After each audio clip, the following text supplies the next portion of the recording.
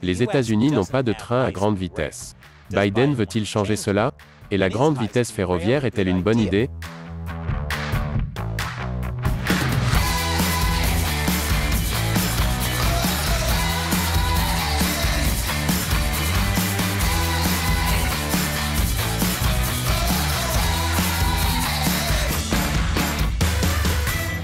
Bienvenue à l'émission Amérique dévoilée, je suis Chris Chappell, et si vous regardez ceci et que vous n'êtes pas abonné, pensez à vous abonner.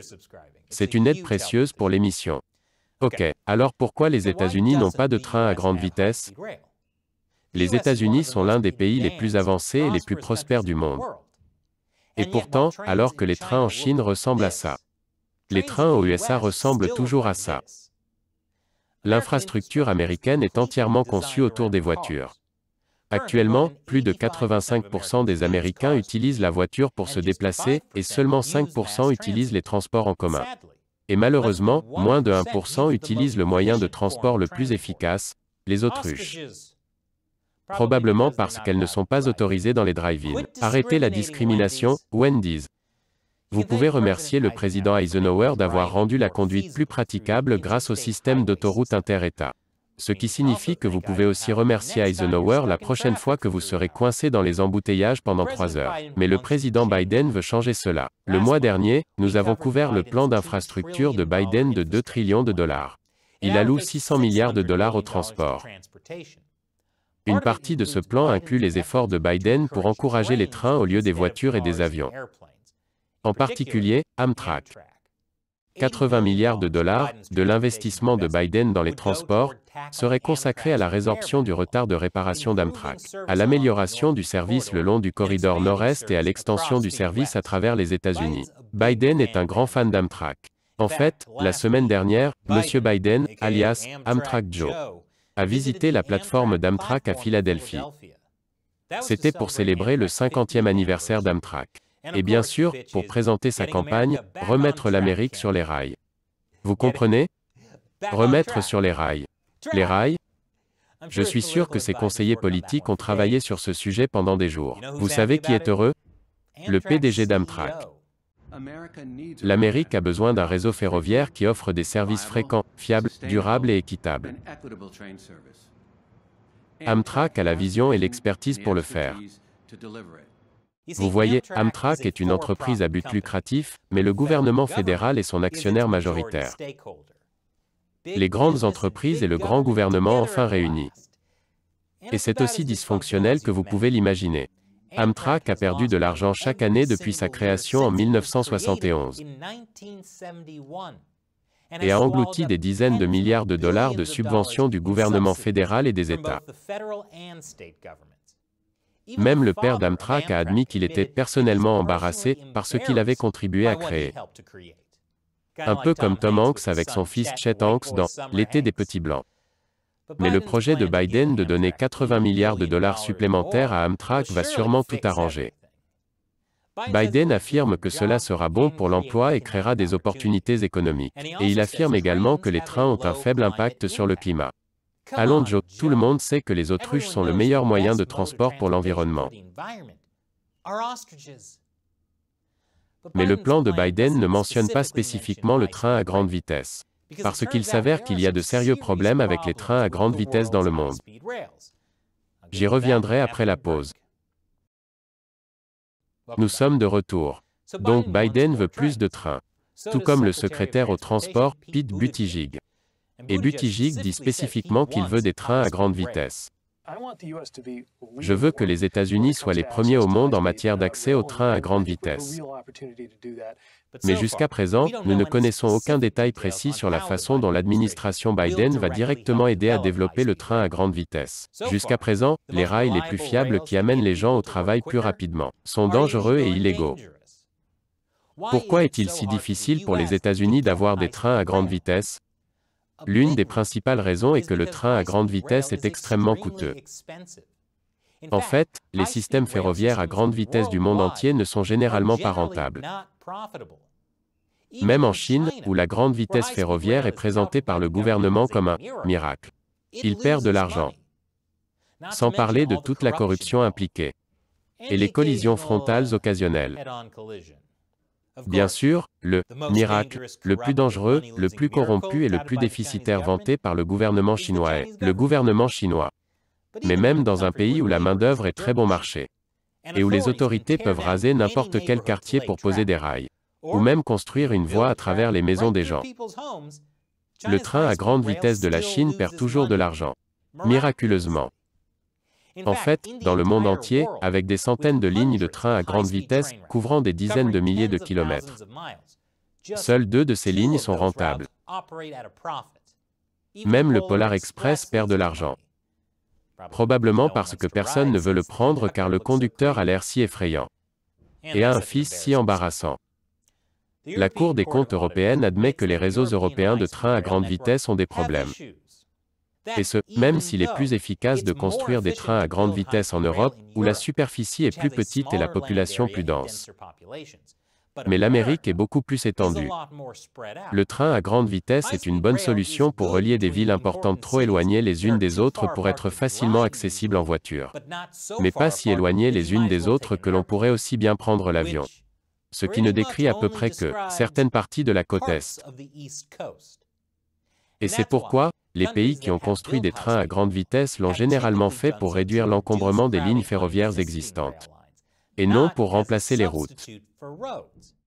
Les routes? Là où nous allons. Nous aurons toujours besoin de routes. Merci, Eisenhower. Au moins les 5% d'entre nous qui utilisent les transports en commun ont plus de place pour leurs jambes. Les lignes ferroviaires à grande vitesse sont difficiles à construire à partir de rien. Surtout quand on est beaucoup plus grand que le Japon ou la France, les 2 seuls pays qui ont des lignes à grande vitesse rentables. La Californie l'apprend à ses dépens. Son propre projet de train à grande vitesse est passé de 35 milliards de dollars à plus de 100 milliards de dollars.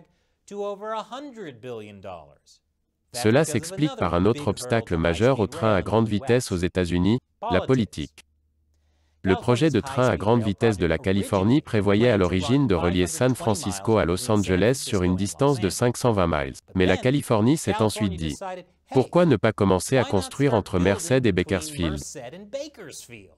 C'est la route ferroviaire dont nous rêvions tous. Parce que qui veut aller déguster du vin à Napa, quand on peut aller déguster du vin à Fresno? À partir de là, c'est devenu. Appelons ça un échec. Ou même un cauchemar. Cela est dû en grande partie aux politiciens qui ont essayé d'apaiser leurs électeurs. Puis aux syndicats, puis à l'obligation d'acheter des propriétés privées. Et enfin, nous parlons de 800 millions de dollars de dépassement de coûts. Cela a drainé l'argent alloué au financement du train à grande vitesse de la Californie, pour des résultats très minimes.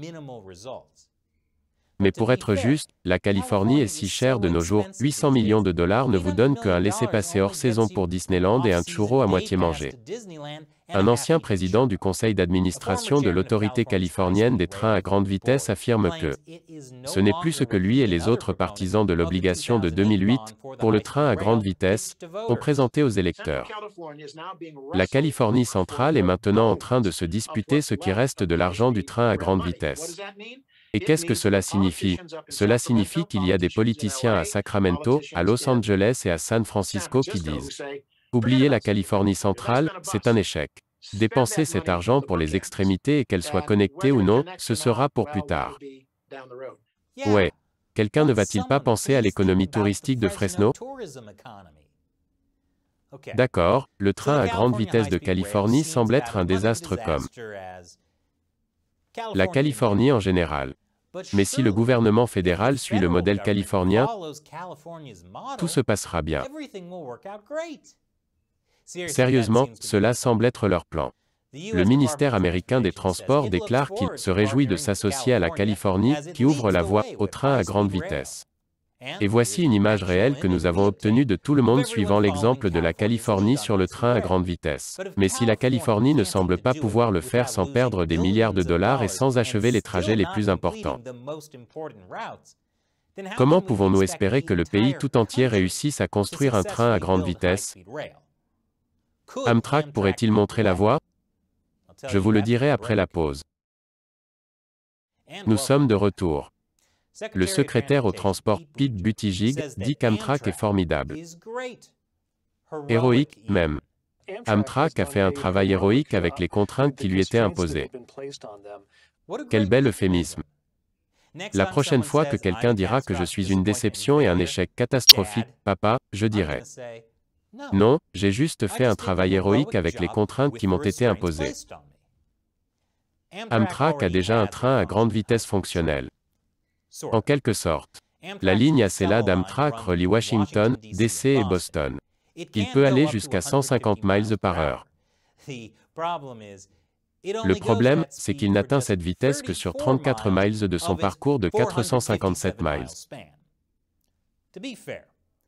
Pour être juste, je ne travaille au maximum de mon efficacité que pendant 7% de la journée.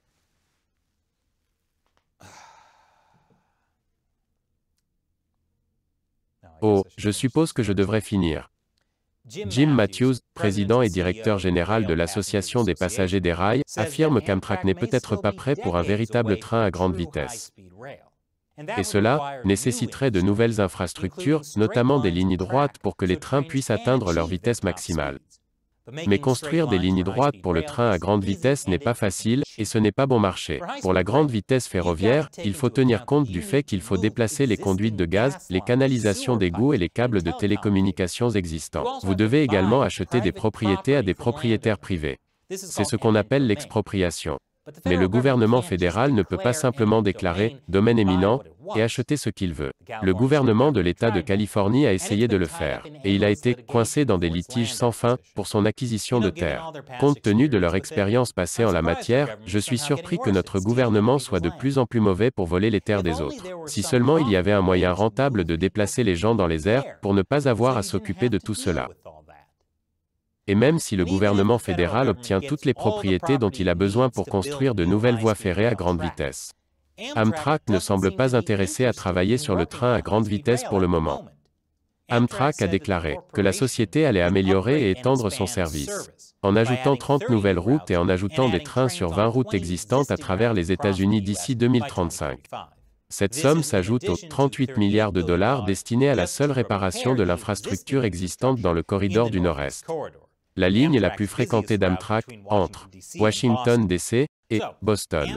Amtrak dépensera donc d'abord de l'argent pour réparer les voies sur ces lignes déficitaires, puis étendra son service en ajoutant 30 nouvelles lignes à faible vitesse. Et ensuite ajouter des trains sur 20 lignes à faible vitesse existantes.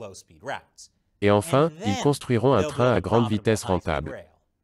À ce stade, pour réparer toutes ces erreurs passées, Amtrak va devoir construire un train qui remonte le temps.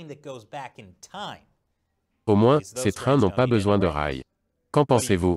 Laissez vos commentaires ci-dessous. Et s'il vous plaît, soutenez Amérique dévoilée en versant $1 ou plus par épisode sur le site de crowdfunding Patreon. Rendez-vous sur patreon.com/americauncovered pour en savoir plus. Une fois encore, je suis Chris Chappell, à la prochaine fois.